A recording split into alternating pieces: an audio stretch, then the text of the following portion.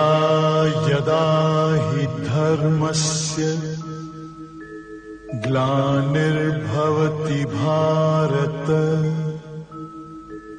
अभ्युत्थानम् अधर्मस्य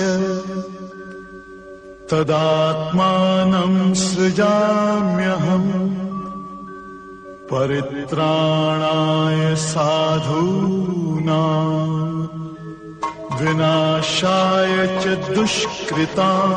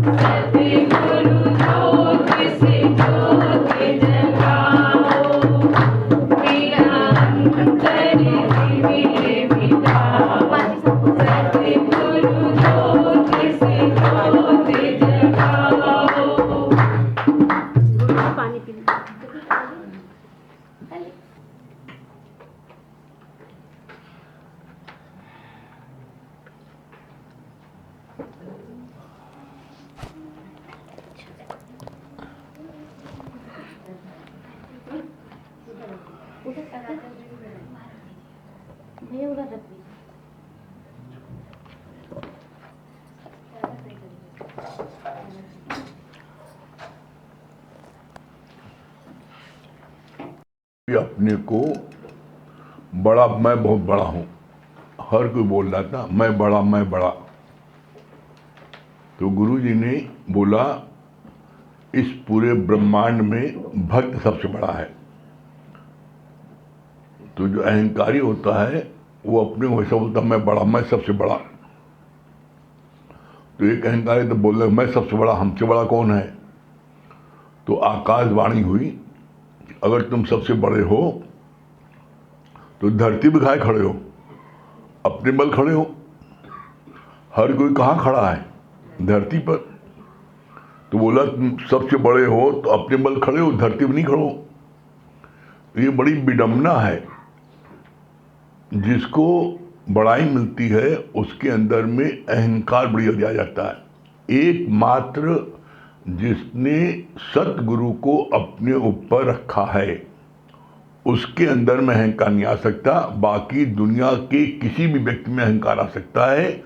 जैसे रावण इस धरती का सबसे विद्वान पंडित था, लेकिन गुरु न होने कारण उसके अंदर अहंकार आया और सर्वनाश हुआ पूरे कुल का। जिसका सद्गुरु होता है उसके अंदर में अहंकार आने नहीं पाता। क्यों? क्योंकि गुरु बीच बीच में तलवार से उसका अहंकार काटता है। तो विडंबना क्या है, हर आदमी को बड़ी गलत फहमी होती है, मैं सबसे बड़ा हूं। तो लड़ाई झगड़ा होने लगा, बोला मैं सबसे बड़ा। तो आकाशवाणी तुम धरती में काहे खड़े? अब धरती को अहंकार आ गया, मैं सबसे बड़ा। तो बोला अगर तुम सबसे बड़ी धरती तो शेषनाग पर क्यों पड़ी? धरती कहाँ पड़ी है? शेषनाग के ऊपर। अब शेषनाग को अहंकार आ गया, मैं बड़ा।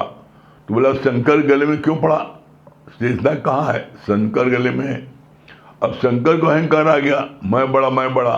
तो हिमालय पे काहे पड़ा? शंकर जी कहाँ है? हिमालय पर है। अब हिमालय को अहंकार आ गया, मैं बड़ा। शंकर जी को अहंकार, हिमालय को मैं बड़ा। तो शंकर जी सहित बोला तुम बड़े, तो रावण के हाथों क्यों पड़े? रावण ने हिमालय सहित शंकर जी को उठा लिया था, उठा घुमा दिया था।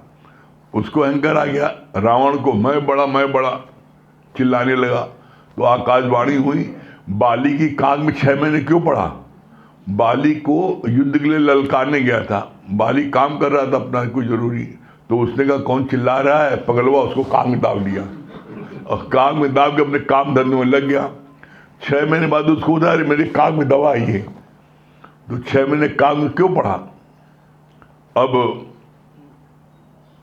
बाली को जब अहंकार आया कि मेरे काग में पड़ा है, तो बाली को अहंकार आ गया। तो जब बाली को अहंकार आया तो बोला कि फिर राम के चरणों में क्यों पड़ा? बाली अंत में राम के चरणों में पड़े थे। अब राम को अहंकार आ गया, मैं बड़ा। तो कहा भक्तों के हृदय में काहे पड़ा? तो राम को भी सहारा चाहिए, राम कहाँ पड़े हैं? तो बड़ा कौन गया?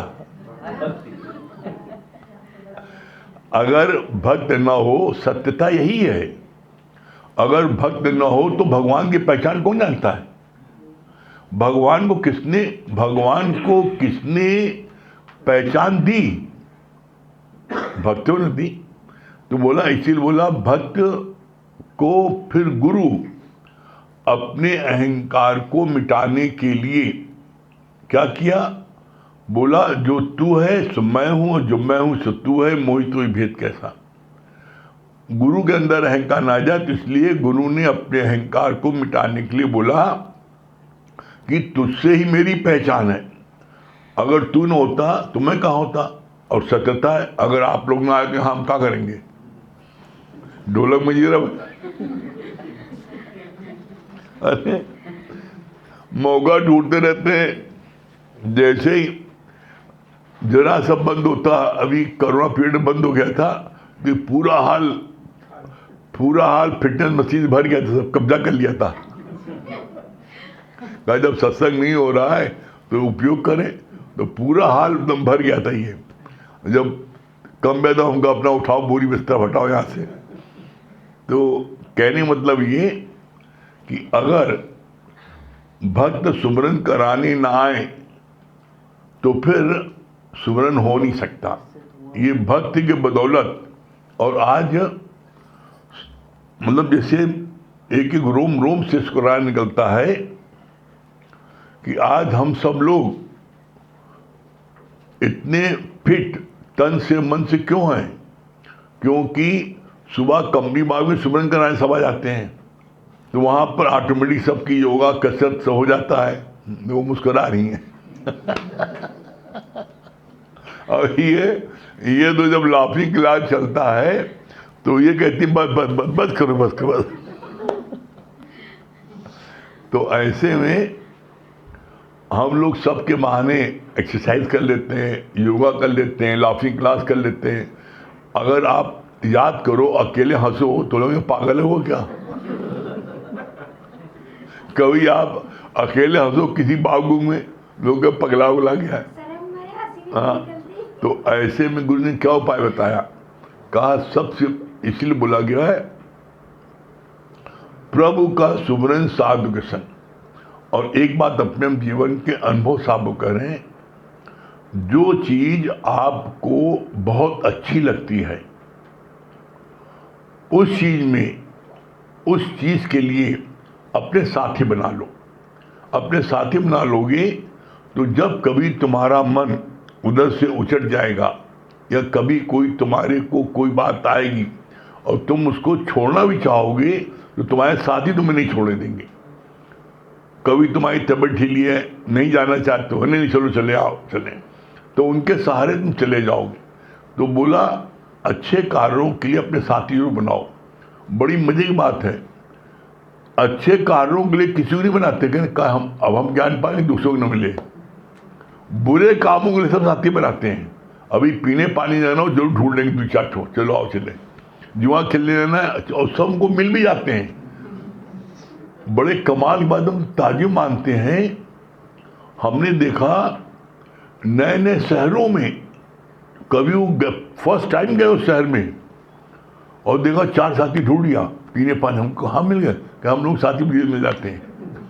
जहाँ होली पहुंचा 4 साथी मिल गए और उनके बड़ी जल्दी घनिष्ठता हो जाती है। तो तुम बुरे कर्मों के लिए साथी ढूंढ लेते हो, वो अच्छे कर्मों के साथी नहीं ढूंढते। तो इसलिए बोला गुरुजी ने, बुरे कर्म किसी को सिखाने नहीं पड़ते, अपने आप सीख जाता है। और अच्छे कर्म के लिए कितना सिखाओ, कितना पाठ पढ़ाओ, उसके बावजूद वो याद नहीं होता है। क्यों? बोला पानी हमेशा ऊपर से ढलांग नीचे बहता है, चढ़ता नहीं ना। सीढ़ी उतरने में मेहनत नहीं लगती है, सीढ़ी चढ़ने में मेहनत लगती है। तो क्या होता है, जब आप सीढ़ी चढ़ोगे तो मंजिल प्राप्त करोगे। कैसे? बोला 5 मंजिल मकान, आनंदमय कोश। आनंदमय कोश क्या है? सबसे पहला क्या है? अन्नमय कोश, फिर मनमय कोश, फिर ज्ञानमय कोश, फिर विज्ञानमय कोश और फिर आनंदमय कोश। ये 5 कोश हैं। 5 कोश में पहला क्या है? अन्नमय कोश। इंसान रात दिन सिर्फ खाने में, जो सत्संग में नहीं आती हैं, जो उनके घर जाके देख लो, अभी वो सुबह का खाना खा रहे हैं और रात में खा बनी, रात में खाना खा रहे हैं, सुबह का बनेगा। मतलब उनके सिवाय खाने की दूसरी बात ही नहीं। जब पहुंचो उनसे मुलाकात आपकी होगी तो आप जो तुरंत कहेंगे तुम्हारे घर आएंगे, बताओ क्या खिलाओगे, और हमारे घर आओगे तो क्या लेके आओगे। मतलब दोनों तरफ से लेके आओ, जवान खिलाओ, उनको हर समय खाने की बात। तो ऐसा व्यक्ति जो होता है वो अन्नमय कोश में गुजरता है। उनकी आसक्ति हमेशा अन्न में पड़ी होती है, हमेशा अन्न में, वो खाने के लिए ही जीते हैं। बोला कि अन्नमय कोश। दूसरा है मनमय कोश। मनमय कोश क्या है? रात दिन, सुबह से रात तक, वो जब कोई बात बोले, हमारा मन नहीं करता दावत में जाने का, हम नहीं हैं, तुम ही जाओ। हमसे उससे लड़ाई होगी ना, हमको ठीक से उसने इनवाइट नहीं किया, वो पहला कार्ड हमको नहीं दिया, पहला कार्ड हमने दुश्मन को दिया है, हम नहीं जाएंगे। हमारा पड़ोसी है, पहला कार्ड हमें देना चाहिए, हमें नहीं दिया है, हमसे जिससे लड़ाई उसको दिया है, तो वही जाए, हम नहीं जाएंगे। हमारा मन नहीं करता, हमारा मन नहीं करता इसे बोलने का, हमारा मन नहीं करता ये खाने का। हर समय मन ये करता, मन ये करता, मन ये करता है। मन रात को 1 बजे पान खाने करता, हम पान खाने भाग जाते हैं। इसीलिए गुरु जी को बोलना पड़ा, यू आर 98% मेंटली, तुम 98% मन से बीमार हो। 98% व्यक्ति मन से बीमार होता है। हमारा मन नहीं कर रहा है कहीं जाने का, घर में बैठे लेटे, हमारा मन नहीं कर रहा है आज जो ना दिन भर घर में रहेंगे। अरे भाई, सगे भाई के बेटे की शादी जाओ, ना हमारा मन नहीं करता, वो ठीक से नहीं बुलाई समय, तो तुम्हारा मन नहीं करता, नहीं जा रहे हो। तुम मन के गुलाम हो और सदगुरु के मन उसका गुलाम है। तो बोला तुम गुलामों गुलाम हो, तुम मन के गुलाम हो तो गुलाम हो। क्यों? क्योंकि सदगुरु का जो है मन उसका गुलाम है। मन उससे कोई काम करा नहीं सकता। मन को वो आदेश देता है, ये करो ये करो, तो मन करता है। तो यहाँ पर दूसरा क्या है? मन में कोष, हर से मन में चलते हो। फिर तीसरा क्या है? ज्ञान में कोष। आप ज्ञान में यहाँ आते हो, ज्ञान सुनते हो, तो आपको बड़ी ठंडक मिलती है और आप जितनी देर बैठे रहते हो उतनी देर ऐसा लगता है कि इससे अच्छा कोई दूसरा स्थान नहीं है, बस अपना जीवन इसी में दें। ज्ञान में तो बड़ा आपको आनंद आता है ज्ञान सुनने पर। अब इस ज्ञान को सुनने में तुम्हें आनंद बहुत आएगा, लेकिन आप ये चाहो हम मंजिल को प्राप्त कर लें तो नहीं प्राप्त कर सकते। कब तक? जब तक आप ज्ञान का विज्ञान नहीं करो। ज्ञान का विज्ञान क्या है? मनन। जो हमने ज्ञान को सुना, सुनने के बाद में हमने उसको अपने जीवन में लगाया, और जब जीवन में लगाया तो आपको अनुभव हुआ, और तब आप कह सकते हो मैं अपने अनुभव से कह रहा हूं कि आपको इस ज्ञान में आनंद की प्राप्त होगी। जब आप आनंद आपने प्राप्त किया तब आप बोलोगे कि इस आनंद में, इस ज्ञान में आनंद की प्राप्त होती है। जैसे आप अनुभव से कहते हो, मैं अपने अनुभव से कहता हूं कि यहाँ सत्संग में कोई एक हफ्ते आ जाए तो उसके क्रोध में कमी आ जाएगी, मेरे क्रोध में कमी आई है। आप में क्रोध में कमी आई है तो आप कहते हो मैं अपने अनुभव से कह रहा हूँ, इस ज्ञान में बैठोगे तुम्हारे क्रोध में कमी आ जाएगी। इस ज्ञान को सुनोगे तुम्हारे अंदर लोभ की कमी आ जाएगी। इस ज्ञान को सुनोगे तुम्हारे अंदर मोह कमी आ जाएगी। इस ज्ञान को सुनोगे तुम्हारे अंदर अहंकार कमी आ जाएगी। तो आप अपने अनुभव से क्यों बोलते हो? क्यों? क्योंकि आपके अंदर में इन सारी चीजों में कमी आई है। और यही कमी आते आते क्या होता है, जब आप 100% गुरु के वचन का, ज्ञान का विज्ञान करते हो और उसको अपने अंदर ले जाते हो, तो क्या होता है? तब होता है आनंदमय कोष। ज्ञान से विज्ञान हुआ। ज्ञान से विज्ञान क्या हुआ? आपने रोज सुना तू देह नहीं तू आत्मा है। जो भी दुख सुख आते हैं, फील होता है, वो देह को होता है, देह में मन को होता है। आत्मा को कोई दुख सुख फील नहीं होता है। क्यों? आत्मा आकाशवत है। तो आप रोज सुनते सुनते जब आप प्रैक्टिस करने लगे रोज इसकी, तो एक दिन आप क्या हुआ, अपने शरीर से उपराम हो गए। ज्ञान का विज्ञान, रोज आपने ज्ञान विज्ञान किया। गुरु रोज आपको कहता है मैं देने में आत्मा हूं, रोज बोलता है। कोई दिन ऐसा नहीं आता जिस दिन गुरु ने कहे मैं देनी आत्मा हूं। कोई दिन ऐसा नहीं आता जिन गुरु ने कहे कि तू जो है तू ब्रह्म स्वरूप है, तू आत्मा है, तू आकाशव्रत है। तो जब आप रोज सुनते सुनते एक दिन आपके अंदर में ये फीलिंग होने लगती है सचमुच मैं आत्मा हूं। जैसे कितनी बार ये दृष्टांत चल चुका है, जैसे एक मोटा गर्डर उसको लोहार छेनी और हथौड़े से काटता है। छेनी का वार उस पर करता है, गर्डर पर। एक बार, दो बार, 99 बार किया, गर्डर कटा नहीं। जब 100वीं बार किया, गर्डर कट गया। तो क्या वो 100वीं बार के एक बार के प्रहार के नियम कटा? उसके पहले 99 बार प्रहार किया एक ही स्थान पर, गर्डर कट गया। इसी तरीके से गुरु रोज आपको प्रहार करता है, तू देह नहीं तू आत्मा है, तू जीव नहीं तू ब्रह्म है। रोज आपको ऐसा प्रहार करता है। तो रोज सुनते सुनते सुनते एक दिन आपका वो जीव भाव कट जाता है और ब्रह्म भाव प्रकट हो जाता है।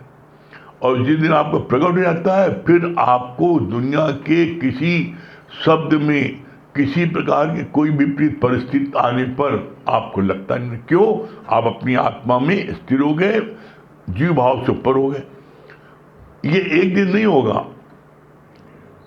जैसे अन्नमय कोश से आप निकले, मन में कोश में आए, मन में कोश से ऊपर उठे, ज्ञान में कोश में आए, ज्ञान में कोश से ऊपर उठे, विज्ञान में कोश में आए, और विज्ञान में कोश से ऊपर उठे, आनंद में आ गए। अब आनंद में आ गए। अब जैसे आपका 5 स्टोरी बिल्डिंग है आपकी, आप ग्राउंड फ्लोर से 5वें फ्लोर पर पहुंच गए। अब वहाँ छत है, अब कहाँ जाओगे? छत पे कहाँ जाओगे? छत पर टहलोगे, अच्छी ठंडी हवा आनंद लोगे, पूरे शहर में नज़ारा लोगे। इसी तरीके से जब आप अपने आनंदमय कोश में आ जाओगे तो तुम इस पूरे ब्रह्मांड का आनंद लोगे। कहीं जाना थोड़ी नहीं ना। लोग बड़ा डरते हैं, मोक्ष इतना सीखा है, अरे इतनी मौज मस्ती में जीवन बिता रहे हैं, हमें मोक्ष करना चाहिए। बताओ, इतना बढ़िया जीवन है, इतना बढ़िया जो घर द्वार है, इतना अच्छा जो बाल बच्चे, इतनी अच्छी बीवी है, और आप अगर मोक्ष ले लो, हमें नहीं चाहिए मोक्ष, आप ही लो। तो ऐसे मुझे बोला, अरे ये जाना कहीं नहीं ना। मोक्ष लेने का मतलब होता है जीते जी मुक्ति को प्राप्त करना। मोक्ष क्या है? मोक्ष क्या है? आप अपने अंदर इसका आंकलन कर लो। मोक्ष क्या है? क्या है? सर्व दुखों की निवृत्ति और परम आनंद की प्राप्ति, यही है मुक्ति। अगर इस समय आपको आज कोई दुख नहीं है, कोई दुख आपको नहीं सता रहा, कोई पीड़ा नहीं सता रही है, सर्व दुखों की निवृत्ति और परम आनंद की प्राप्ति, यही मुक्ति। अब आप देख लो, जितने आप सत्संग में आ रहे हो, आपका सुबह से रात कब हो जाती है किसी को पता नहीं लगता। अरे रात हो गई, अरे दिन बीत गया, अरे हफ्ता बीत गया, अरे महीना बीत गया, अरे साल बीत गया, अरे अगला साल आ गया, पता ही लग रहा है। यही मुक्ति है। आपको कोई दुख नहीं सता रहा है, किसी पीड़ा से आप उन्हीं हो, आप अपने आनंद में मस्ती में हो, यही आपके मोक्ष। और क्या है? तो गुरु जी ने बोला, जीते जी मुक्ति प्राप्त कर लो। तो जीते जी मुक्ति क्या है? जीते जी मुक्ति है कि हमें किसी से कुछ नहीं चाहिए, हमें सिर्फ प्यार का लेना देना। और वो प्यार कैसा? शारीरिक नहीं, आत्मिक प्यार। आत्मिक प्यार, शारीरिक प्यार में लोग कहते हैं आई फॉल इन लव। शारीरिक प्यार में तुम क्यों गिरते हो? इसलिए क्योंकि किसी का शरीर कभी एक जैसा नहीं रहता। जो आज बहुत खूबसूरत है, कल बदसूरत हो जाएगा। बुढ़ापे में देख लो, जो लोग आपके बाबा दादा हैं, उनकी जवानी फोटो देखो कितने खूबसूरत रहे। अरे यहाँ पे ही हो, वो कहते हैं। और वो लोगों को जब उनकी बूढ़ी वाली दिखाओ, अपनी वाली देखो फोटो कितने बढ़िया है, अपनी जवानी दिखा, ये आप नहीं लगते। अरे अब नहीं लगते ना, पहले थे ना। तो जो आपके बड़े सुंदर दिखने में लगते थे, आज कैसे हो गए? तो ये शरीर तो विनाशी है ही है, ये तो एक दिन नष्ट होना ही है। तो जो शारीरिक, इसीलिए बोला, जो शरीर से प्यार करते हैं दे फॉल इन लव, वो उस प्यार में गिरते हैं। और जो आत्मा से प्यार करता है, जो ईश्वर से प्यार करता है, जो शक्ति से प्यार करता है, वी राइज इन लव। जो शक्ति से प्यार करता है वो ऊपर उठता है और परमात्मा के वहाँ परमात्मा के स्वरूप हो जाता है। जानत तुम्ही हो जाई। तुम जब किसी लड़का किसी लड़की फंसते हो तो तुम गिरते हो, और जब तुम भगवान में फंसते हो तो भगवान में जाते हो। देख लो हम कहाँ फंस रहे हैं। तो बोला, सत्यता ये है कि हर कोई है ही भगवान। तुम्हें जो लड़का दिखाई पड़ा, लड़की दिखाई पड़ रही है, तुम्हारी चमक की दृष्टि से तुम दिखाई पड़ रही है। कैसे? बड़ा सुंदर बोला, जैसे अंधेरे में रस्सी सर्प दिखाई पड़ती है। वो तीनों कालों में रस्सी है, सर्प है ही नहीं ना। इसी तरीके से कोई कितना बदसूरत हो, कितना सूरत हो, कितना खूबसूरत हो, कितना अच्छा हो, कितना खराब हो, तुम ऊपरी चमड़ा देख रहे हो, वो है भगवान। लेकिन ऊपरी चमड़ा देखने से करो ये लड़का है लड़की है, वो तीनों कालों में है भगवान, लेकिन तुमको भ्रम के कारण वो तुम्हें लड़का लड़की दिखता है, जैसे अंधेरे में रस्सी सर्प तुम्हें भासती है। प्रकाश करोगे, टार्च की रोशनी डालोगे तो रस्सी तुम्हें दिखाई पड़ेगी। इसी तरीके से जब तुम अपने दिल में, अपने हृदय में गुरु के ज्ञान का दीपक जलाओगे तो तुम्हें हर कोई ब्रह्म ही दिखेगा। इसलिए कहा जाता है गुरु ज्ञान का दीपक मन मंदिर में हर वक्त जलाए रखना पड़ता है। अगर दीपक बुझ गया फिर तुम्हें दिखाई पड़ेगा लड़का लड़की। गुरु ज्ञान का दीपक मन मंदिर में हर वक्त जलाए रखना पड़ता है। जो गुरु के ज्ञान का दीपक मन मंदिर में जला लेगा और इसको दीपक को वायु रहित स्थान पर रखेगा, उसका दीपक बुझने नहीं पाएगा, हमेशा जलता रहेगा और हर एक को ब्रह्म रूप देखेगा। हमसे गलती क्या होती है, जैसे दीपक को आप खुले स्थान पर रख दो, हवा लगेगी बुझ जाएगा। तो दीपक को कैसे लालटेन चिमनी के अंदर रखो। ये लक्ष्मण रेखा है, ये सत्संग रूपी लक्ष्मण रेखा ही चिमनी है, इसके अंदर रखो दीपक कभी नहीं बुझेगा। करके देखो और आपको आनंद न मिले, अपने स्वरूप की पहचान न हो, हर समय आप एवरलास्टिंग हैप्पीनेस में न रहो, हर समय आप फील करोगे मैं वो ब्रह्म हूँ, मैं वो सत्स्वरूप आत्मा हूँ, ऐसा फील करोगे। कब? जब उसमें विचरण करोगे। करके देखो और फिर आप खुद कहोगे कि जो आनंद अब आ रहा है वो आनंद आज तक कभी नहीं आया। उस आनंद को लेने के लिए आपको थोड़ा सा समय देना पड़ेगा। और ये ज्ञान ऐसा अद्भुत ज्ञान है, इस ज्ञान को आप बस रोज लेते जाओ, एक दिन आपके अंदर से परमात्मा प्रकट हो जाएगा। ठीक है? क्या बोलनी अरुणा जी? अर्पणा जी दो माइक दो अर्पणा जी को।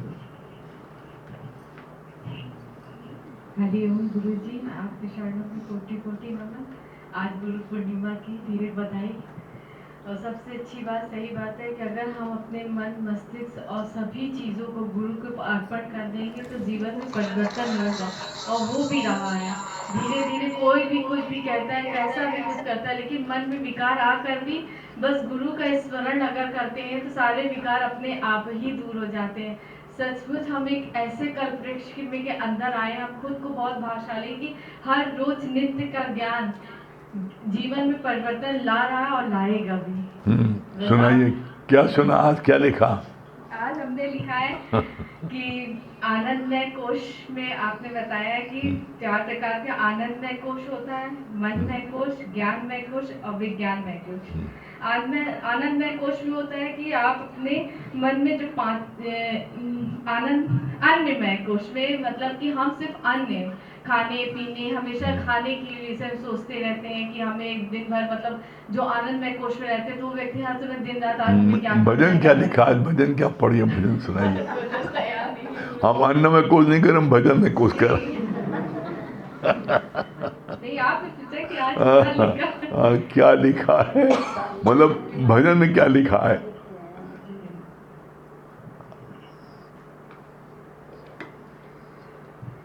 हर पल याद तुम्हारी हो, हर पल तेरा नजारा हो, हर पल याद तुम्हारी हो, हर पल तेरा नजारा हो। सेवा सुमिरन और सत्संग जीवन ये हमारा हो, हर पल याद तुम्हारी हो, हर पल तेरा नजारा हो। सुबह सुबह जब आँख खुले तेरा ही दीदार मिले, सुबह सुबह जब आँख खुले तेरा ही दीदार मिले।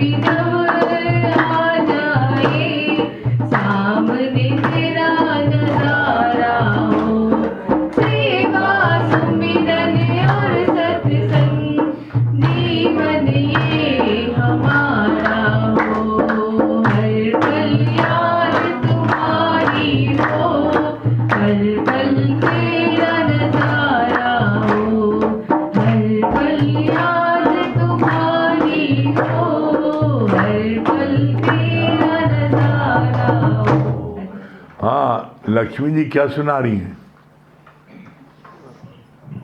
दिवाली हो गई है, सबको लक्ष्मी बांट दिए।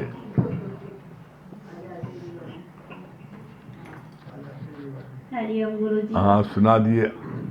जल्दी बता रहे आखिरी दिवाली खूब ज्यादा बांट दिए जितना है। गुरु जितना बंटवाए उतना बांटे। श्री कृष्ण गोविंद हरे मुरारी, हे नाथ नारायण वासुदेव। श्री कृष्ण गोविंद हरे मुरारी, हे नाथ नारायण वासुदेव। नित्य स्वामी सखा हमारे, हे नाथ नारायण वासुदेव।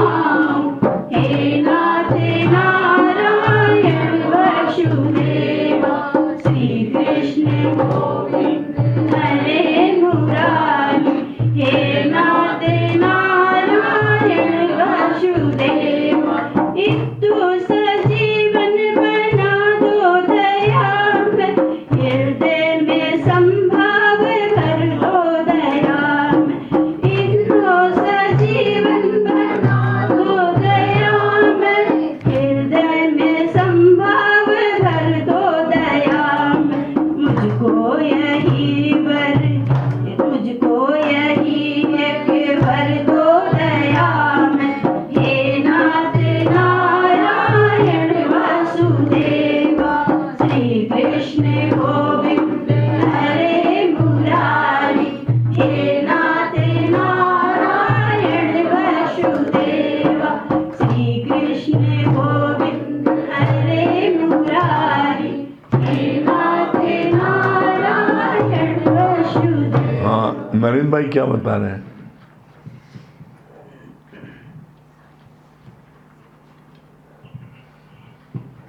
बताया आपने कि आदमी जो है हरदम खाने पीने विज्ञानमय कोश, मनमय कोश, ज्ञानमय कोश, विज्ञानमय कोश, आनंदमय कोश, जितना भी 5 कोश बताएं, जो है कोई आनंदमय कोश में नहीं, खाने पीने में पड़ा रहता है। एक स्टैंडर्ड सुनाई भजन का। अरे जिंदगी की ना टूटे लड़ी, जिंदगी की ना टूटे लड़ी, नाम जप ले ओ नाम भज ले, घड़ी दो घड़ी, जिंदगी की ना टूटे लड़ी, नाम जप ले हो नाम भज ले, घड़ी दो घड़ी। ओ मोह माया के बंधन को छोड़ो, मोह माया के बंधन को छोड़ो, मौत हर पल है सर पे खड़ी, नाम जप ले ओ नाम भज ले, घड़ी दो घड़ी, जिंदगी की ना टूटे लड़ी, नाम जप लेगा घड़ी दो घड़ी, लाख दौलत कमाई तो क्या,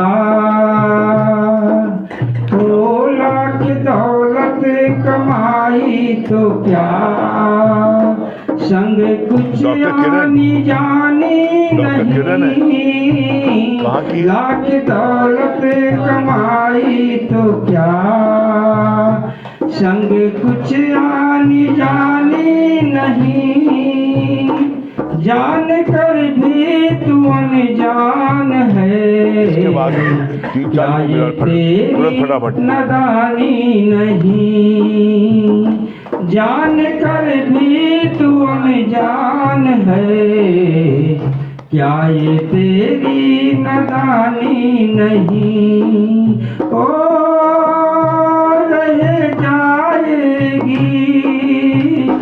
रह जाएगी माया पड़ी, नाम जप ले हो नाम जप ले, घड़ी दो घड़ी, जिंदगी की ना टूटे लड़ी, नाम जप ले हो नाम भज ले, घड़ी दो घड़ी।